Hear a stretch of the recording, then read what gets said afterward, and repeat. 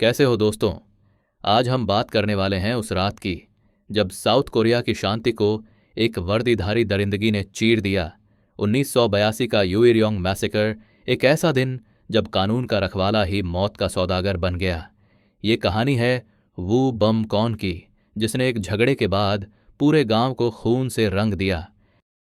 उइरियोंग, दक्षिण कोरिया, 26 अप्रैल 1982। उइरियोंग नरसंहार, जिसे वू बमकोन घटना के नाम से भी जाना जाता है, दक्षिण कोरियाई इतिहास में एक गहरा घाव है। यह 22 अप्रैल 1982 को दक्षिण ग्योंगसांग प्रांत के उइरियोंग काउंटी के छोटे से गांव तोरोंगरी में हुआ था। यह त्रासदी, जिसमें 56 लोगों की जान चली गई, आधुनिक दक्षिण कोरियाई इतिहास में सामूहिक हत्या के सबसे बुरे मामलों में से एक है। मुख्य अपराधी 27 वर्षीय वू बमकोन था, जो एक पूर्व सैनिक और फिर एक पुलिस अधिकारी बन गया। यह घटना रात में शुरू हुई जब वू का अपनी प्रेमिका के साथ झगड़ा हुआ। कथित तौर पर एक झगड़े के बाद, जिससे वह परेशान था, उसने शराब पीना शुरू कर दिया। भारी नशे की हालत में उसने अपने गुस्से को क्रूर तरीके से निकालने का फैसला किया। 26 अप्रैल से 27 अप्रैल 1982 की रात को दक्षिण कोरियाई पुलिसकर्मी वू बमकॉन ने दक्षिण कोरिया के साउथ ग्योंगसंग प्रांत के उइरियोंग काउंटी के कई गांवों में 56 लोगों की हत्या की और लगभग 35 अन्य को घायल किया। जब उसे पुलिस द्वारा रोका गया तो उसने आत्महत्या कर ली। हमले के बाद कई उच्च प्रोफाइल दक्षिण कोरियाई राजनीतिज्ञों ने इस्तीफा दिया या निलंबित कर दिया गया और पुलिस द्वारा नरसंहार के प्रबंधन का आकलन करने के लिए एक आयोग का गठन किया गया। 2024 में हमले के पीड़ितों के लिए उरियोंग में एक स्मारक स्थापित किया गया। वू बमकोन, कोरियाई, जन्म 5 नवंबर 1955 का जन्म डोंग जिले के चोरयांग में हुआ था। उनके पिता भी एक पुलिसकर्मी थे और वह उनके पदचिन्हों पर चलना चाहते थे। उन्होंने मरीन में सेवा की थी, जहां 1978 में सेवा मुक्त होने तक उन्हें एक कुशल निशानेबाज के रूप में मान्यता प्राप्त थी। 11 अप्रैल से 30 दिसंबर 1981 तक उन्होंने एक पुलिस अधिकारी के रूप में कार्य किया और अपनी निशानेबाजी की क्षमता के कारण ब्लू हाउस में एक गार्ड के रूप में काम करने में सक्षम थे। हालांकि वू की अत्यधिक शराब पीने की आदत और नशे में उनके व्यवहार के कारण उन्हें दक्षिण ग्योंगसांग प्रांत के उइरियोंग काउंटी के कुंग्यू गांव में पदावनत कर दिया गया। वू की प्रेमिका चुन मालसून ने बाद में कहा कि वू में हीन भावना थी और वह अपनी प्रेमिका के साथ सहवास करने के बारे में ग्रामीणों की टिप्पणियों से परेशान थी। उसने उसे थोड़ा सनकी भी बताया। 26 अप्रैल 1982 की दोपहर को वू का अपनी लिव इन गर्लफ्रेंड चुन मालसून से झगड़ा हुआ क्योंकि उसने उसकी छाती पर मक्खी मारकर उसे जगाया था। गुस्से में वो घर से निकलकर पुलिस स्टेशन गया, जहां उसने शाम 4 बजे ड्यूटी पर रिपोर्ट किया। शुरुआती रिपोर्टों के अनुसार उसने बहुत ज्यादा शराब पीना शुरू कर दिया था। हालांकि बाद में चश्मदीदों ने बताया कि वह अपने उत्पात के दौरान नशे में नहीं लग रहा था। स्थानीय अधिकारियों के अनुसार नशे में होने पर वह 4 किलोमीटर 2.5 मील का दुर्गम पथरीला रास्ता तय नहीं कर पाता। शाम लगभग 7:30 पर वो घर लौटा, अपनी प्रेमिका पर हमला किया और उनके फर्नीचर तोड़ दिए। इसके बाद वह रिजर्व सैनिकों के शस्त्रागार में गया और कई हथियार इकट्ठा किए, जिनमें 2 M2 कार्बाइन, 2 हैंडगन, कम से कम 180 राउंड गोला बारूद और 7 हथगोले शामिल थे। कुछ रिपोर्टों में कहा गया है कि अन्य अधिकारी एक बैठक में थे और उन्होंने वू को हथियार ले जाते हुए नहीं देखा। अन्य ने उल्लेख किया कि उसने प्रवेश पाने के लिए गार्डों को धमकाया था। लगभग रात 9:30 पर वू ने अपने पहले शिकार को गोली मारी और स्थानीय डाकघर में घुस गया, जहां उसने 3 फोन ऑपरेटरों की हत्या कर दी और फोन लाइनें काट दीं।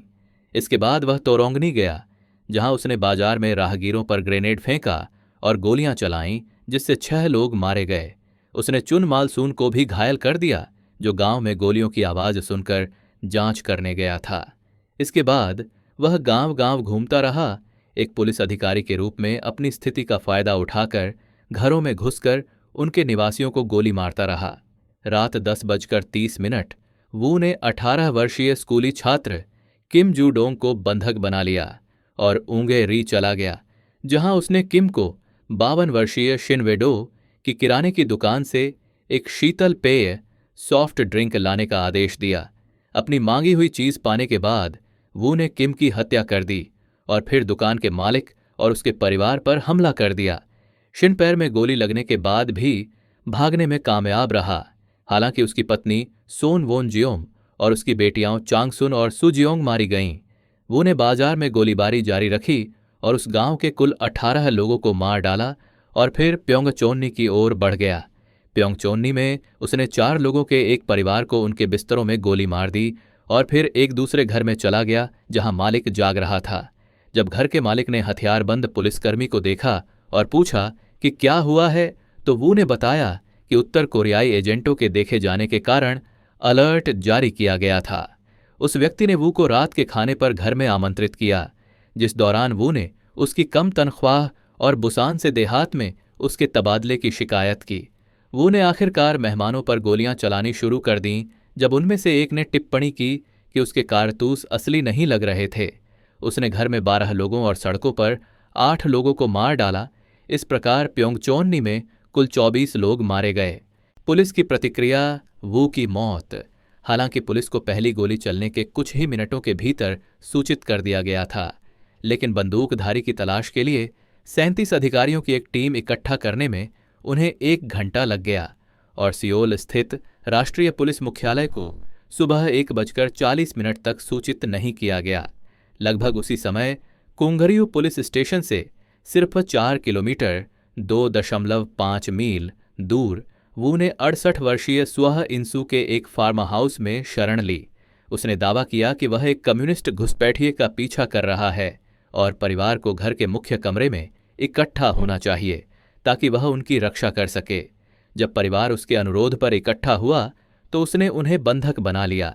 2 घंटे बाद पुलिस ने उसे पकड़ लिया और जैसे ही पुलिस बल उसके पास पहुंचे, वू ने अपनी छाती पर 2 हथगोले हैंड ग्रेनेड बांधे और उन्हें विस्फोट कर दिया, जिससे वह और उसके 3 बंधक मारे गए। घर का मालिक सुह बच गया, हालांकि वह गंभीर रूप से घायल हो गया। पुलिस ने फार्म हाउस के अंदर से 4 राउंड गोला बारूद, एम्यूनिशन और एक हथगोला बरामद किया। आफ्टरमाथ चाक्स परिणाम। जब अंततः यह हिंसा समाप्त हुई तो 56 लोग और स्वयं वू मारे गए, जबकि लगभग 35 अन्य घायल हुए। इनमें से 6 मौतें गंभीर रूप से घायल लोगों की हुईं, जिन्होंने कई घंटों बाद अस्पतालों में दम तोड़ दिया, जिनमें एक बच्चा भी शामिल था जिसकी 8 मई को मृत्यु हो गई थी। उस समय घायलों का इलाज झिंझू और मसान के अस्पतालों में चल रहा था। बाद में प्रांतीय पुलिस प्रमुख को निलंबित कर दिया गया और 4 अन्य अधिकारियों को कर्तव्य में लापरवाही के आरोप में गिरफ्तार किया गया।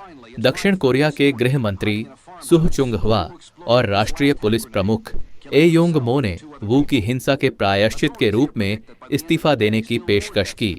सुह चुंग हुआ, जिन्हें राष्ट्रपति चुन डू हवान ने इस घटना के लिए जिम्मेदार ठहराया था, ने 29 अप्रैल को अपने पद से इस्तीफा दे दिया और रोह ताए-वू को गृह मंत्री नियुक्त किया गया। इस नरसंहार और पुलिस द्वारा इसके विनाशकारी संचालन की जांच के लिए गृह मामलों की समिति के अध्यक्ष किम चोंग हो के नेतृत्व में 19 सांसदों की एक विशेष संसदीय टीम का गठन किया गया था। इसके अलावा दक्षिण कोरियाई मंत्रिमंडल ने पीड़ितों और उनके परिवारों को मुआवजा दिया। नमस्ते दोस्तों, मैंने 1982 के उइरयांग नरसंहार पर एक शैक्षिक वीडियो तैयार किया है, लेकिन मुझे वीडियो एडिटिंग नहीं आती। अगर आप में से किसी को एडिटिंग आती है और आप मेरी मदद करना चाहें तो कृपया संपर्क करें।